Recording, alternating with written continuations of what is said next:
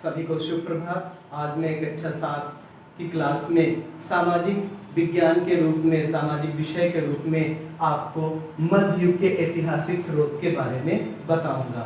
किस तरीके से वो कौन से स्रोत थे जिनसे हमें मध्य युग की जानकारी मिलती है।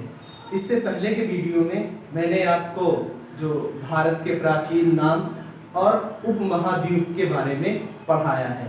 ये उसी पार्ट का दूसरा वीडियो है जिसमें मैं आपको मध्य युग के ऐतिहासिक स्रोतों के बारे में बताऊंगा कि मध्य युग की हमें जानकारी किन किन स्रोतों के द्वारा मिली हुई है। तो इसमें मध्य युग के स्रोतों को दो भागों में बांटा गया है। मध्य युग के स्रोतों को दो भागों में बांटा गया है। पहला है साहित्यिक स्रोत और दूसरा है पुरातात्विक स्रोत। साहित्यिक स्रोत से तात्पर्य यह है कि जो प्रमाण हमें लिखित में मिले हैं, वो चाहे ताम्रपत्रों पर मिले हों या शिलालेखों पर मिले हों या किन्हीं और चीज़ों पर इतिहास के रूप में मिले हों, ठीक है। तो इस तरीके से क्या है कि हम साहित्यिक स्रोतों के बारे में आपको बताऊंगा। तो साहित्यिक स्रोत में सबसे पहले है आत्मकथाएं या संस्मरण, ठीक है। जो मध्य युग में, मध्य युग कहिए या मुस्लिम कालीन युग कहिए, उस समय के जो आत्मकथाएं थी, जो संस्मरण थे, उनके द्वारा भी हमें समकालीन समाज, शासन व्यवस्था की जानकारी मिलती है। इसमें जैसा कि पहला आत्मकथाएं या संस्मरण दिया हुआ है, ठीक है। इसमें सबसे पहला है बाबर की बाबरनामा, एक ग्रंथ है, पुस्तक है। जब बाबर से संबंधित हमें उस समय राज्य की संपूर्ण जानकारी या हम कहें समकालीन व्यवस्थाओं की संपूर्ण जानकारी हमें बाबर की पुस्तक बाबरनामा से मिलती है। जहांगीर की जहांगीरनामा से भी हमें मध्य युग की जानकारी मिलती है। तो आत्मकथाएं हैं, ये दोनों क्या हैं? आत्मकथाएं हैं, और इनसे हमें उस समय समकालीन मध्य युग की जानकारी प्राप्त होती है। फिर साहित्यिक स्रोतों में ख नंबर है विदेशी यात्रियों तथा इतिहासकारों का विवरण। जो हमारे देश में मध्य युग के समय जो आक्रमणकारी जो मुस्लिम शासक आए, उनकी हमें जानकारी भी कुछ ग्रंथों या पुस्तकों के माध्यम से मिलती है। जैसे 11वीं शताब्दी में महमूद गजनवी आता है, भारत पर आक्रमण करता है और यहाँ पर अपनी शासन व्यवस्था को स्थापित करता है। और देखिए, सबसे बड़ी बात यह होती है कि जो जिस विषय क्षेत्र से संबंधित होता है, वह उस विषय क्षेत्र के बारे में क्या करता है? रिसर्च करता है, खोज करता है। अब महमूद गजनवी के साथ एक साहित्यकार आया, उसका नाम था अल-बरूनी। यह साहित्यकार है, बहुत बड़ा लेखक है। यह 11वीं शताब्दी में आता है। यह भारत में इतिहास, भूगोल, ज्योतिष शास्त्र, ज्योतिष विज्ञान, मुद्रा शास्त्र आदि बहुत से ग्रंथों पर अपनी लेखनी चलाता है, ग्रंथों को लिखता है।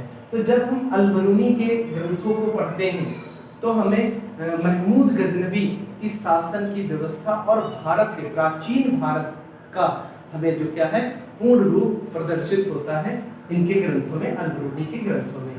फिर देखिए 13वीं शताब्दी में मिन्हाज-ए-सिराज मुस्लिम धर्म से संबंधित ग्रंथों को लिखते हैं, मुस्लिम की धर्म की धार्मिक क्रियाकलापों के बारे में लिखते हैं, सामाजिक वर्णन करते हैं, समाज व्यवस्था का वर्णन करते हैं। तो जब हम मिन्हाज-ए-सिराज की पुस्तक पढ़ते हैं तो वहाँ से भी हमें जानकारी प्राप्त होती है। और 13वीं शताब्दी के अंत में तुगलक का भी शासन भारत में रहा है। तुगलक ने अपनी पुस्तक तुगलकनामा लिखी है। जब हम तुगलकनामा पढ़ेंगे तो हमें मध्य काल की संपूर्ण जानकारी इनकी इस पुस्तक तुगलकनामा में हमें मिलेगी। फिर देखिए साहित्य के रूप में पहला अगर हम देखें लेखक है, साहित्यकार है बाणभट्ट ने पुस्तक लिखी है हर्षचरित्र। जब हम पढ़ेंगे तो हर्षवर्धन से संबंधित शासन प्रणाली, सामाजिक व्यवस्था और तमाम चीजें इनके हर्षचरित्र नामक ग्रंथ में हमें मिलेंगी, जो क्या है कि मध्य युग के ऐतिहासिक स्रोतों का एक बड़ा प्रमाण है। फिर साहित्यकारों में डांडी ने 10 कुमार चरित्र लिखा है। यह भी एक बहुत प्रसिद्ध पुस्तक रही है, इनकी कई बार पूछी गई है एग्जाम में, बड़े एग्जामों में भी इनकी पुस्तक पूछी जाती है। तो इस तरीके से क्या है कि जब हम 10 कुमार चरितम पढ़ेंगे तो मध्य युग की संपूर्ण जानकारी हमें इस ग्रंथ से मिलेगी। फिर है कल्हड़।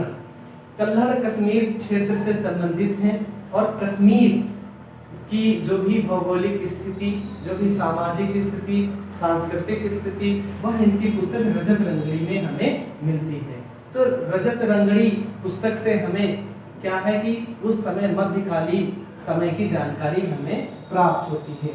फिर है पुरातात्विक स्रोत। अभी हमने आपको ऐतिहासिक स्रोत बताए, ऐतिहासिक स्रोतों में आत्मकथाएं या संस्मरण बताए। आत्मकथा किस तरीके से जानकारी देते हैं, तो जो उस समय शासक था बाबर, बाबर की पुस्तक बाबरनामा से, शाहजहां की पुस्तक शाहनामा से या शाहजहांनामा से। तो इस तरीके से इन आत्मकथाओं से क्या है, हमें मध्य युग की ऐतिहासिक जानकारी प्राप्त होती है, सामाजिक जानकारी हमें मिलती है।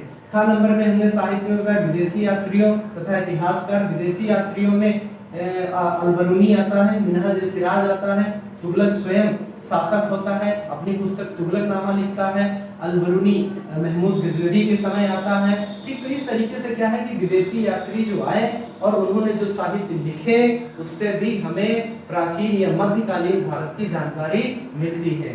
फिर साहित्य देख लीजिए, साहित्यकार बाणभट्ट हर्षचरित्र लिखते हैं, दांडी 10 कुमार चरित्र लिखते हैं, कल्हड़ रजत रंगड़ी लिखते हैं। इन पुस्तकों से भी हमें मध्य युग की जानकारी मिलती है।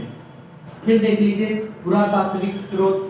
पुरातात्विक स्रोतों में सबसे पहले सिक्के, जो उस समय राजा होते थे वह एक याद के रूप में, एक प्रतीक के रूप में अपने सिक्के चलाते थे, और जब अपने सिक्के चलाते थे तो उस पे अपनी मनपसंद जो है चित्रों को अंकित करवाते थे। तो इस तरीके से जब हमें सिक्के मिलते हैं, पुराने सिक्के मिलते हैं, तो हम उसमें देखते हैं तो देख के बताते हैं कि ये मूर्त, ये कला, ये आकृति फला शासक ने अपने शासन काल में इस तरीके को बनाने की प्राथमिकता दी थी, इसलिए यह फला मध्यकाल का प्रतीक के रूप में है। शिलालेख, शिला मीन्स होता है पत्थर, लेख मीन्स होता है लिखना, पत्थरों पर लिखना। इसको जानने के लिए आपने देखा होगा आधुनिक समय में, आज के समय में घर के बाहर नेम प्लेट लगी होती है, उस नेम प्लेट में घर के सदस्यों का नाम लिखा होता है। अगर वो किसी विभाग में है तो विभाग का नाम लिखा होता है। दूसरी चीज, जब आप रोड पर जा रहे होते हैं, रोड बनती है तो जिस मंत्री विधायक के द्वारा बनती है वो वहां पर क्या है, पत्थर लगवाता है, उस पर लिखा होगा माननीय विधायक जी के कर कमलों द्वारा, ठीक है, ये रोड का या जो भी उनके द्वारा बनाया गया कार्य है उसका उसमें वर्णन होगा। ठीक है, तो इस तरीके से प्राचीन यानी कि मध्य युग में मुगल मुस्लिम कालीन शासन व्यवस्था में हमें शिलालेख मिले हैं। उन शिलालेखों पर उस समय के समकालीन युद्धों का और तमाम कार्यों का, महलों का और सामाजिक व्यवस्थाओं का वर्णन हमें शिलालेखों में मिलता है। गा है स्मारक, स्मारक मंदिर, किले एवं महल। ध्यान रखना कि आज भी आप भारत के किसी भी राज्य में जाइए, जिस राज्य में आप जाएंगे उस राज्य में आपको मध्य युग की कोई न कोई एक ऐतिहासिक इमारत आपको जरूर मिलेगी। आप गुजरात जाइए, ठीक है, राजस्थान जाइए, महाराष्ट्र जाइए, दिल्ली जाइए, कहीं भी आप जाइए भारत भर में, हर जगहों पर क्या है कि मध्य युग के जो भी शासक रहे हैं उनके द्वारा जो भी निर्माण कार्य हुआ है वो अपने आप में काफी प्रसिद्ध भी रहा है और यहाँ पाए गए हैं। तो स्मारकों में हम देखते हैं चित्तौड़ का विजय स्तंभ, विजय स्तंभ भी इस चीज का प्रमाण है कि शासक रहे हैं और उन्होंने अपना स्तंभ लगवाया है। ठीक है, उस समय की व्यवस्था का उसमें वर्णन है। दिल्ली में कुतुब मीनार है, कुतुब मीनार आप देखिए, आपको पता चलेगा किसने बनवाया है, मध्य युग में बनाई गई है। लाल किला अगर आपने नहीं देखा है तो आपने टेलीविजन पर देखा होगा, माननीय प्रधानमंत्री जी द्वारा 15 अगस्त 26 जनवरी को लाल किले से झंडारोहण किया जाता है, कितना भव्य सजाया जाता है, बनाया जाता है।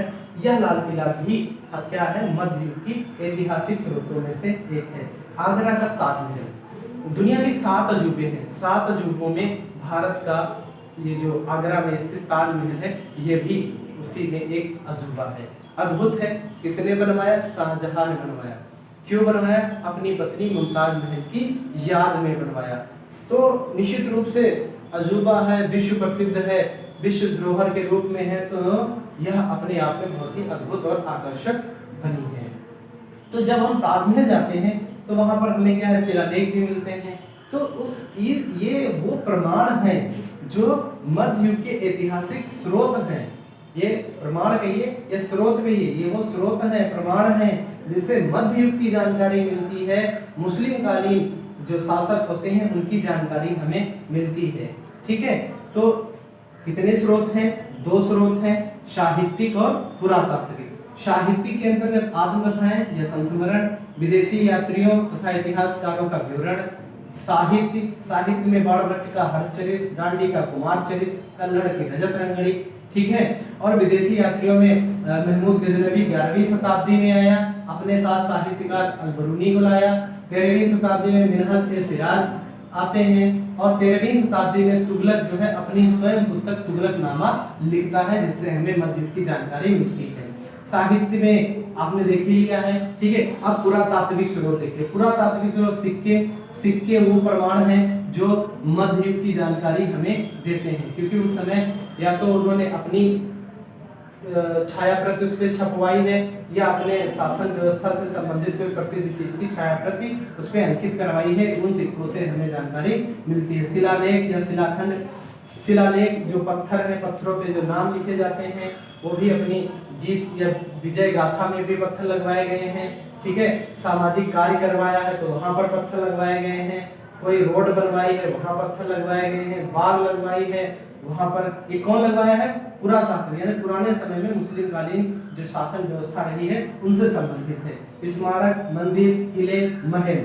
ठीक है, ये वो चीजें हैं जो भारत के कोने कोने में आपको मिल जाएंगे। जब हम उन प्राचीन ऐतिहासिक इमारतों को देखेंगे, मंदिरों को देखेंगे, तो हमें उसकी जानकारी मिलेगी। ठीक है, और ये सारी जानकारी मध्य युग के बारे में हमें जानकारी प्रदान करती है, संपूर्ण जानकारी प्रदान करती है। ये आप अपनी कॉपी पर लिखते रहिए, मार्क के अंत में टेस्ट होगा, इसलिए कॉपी लाना अनिवार्य है।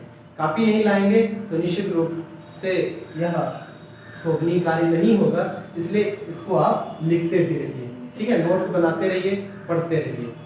धन्यवाद।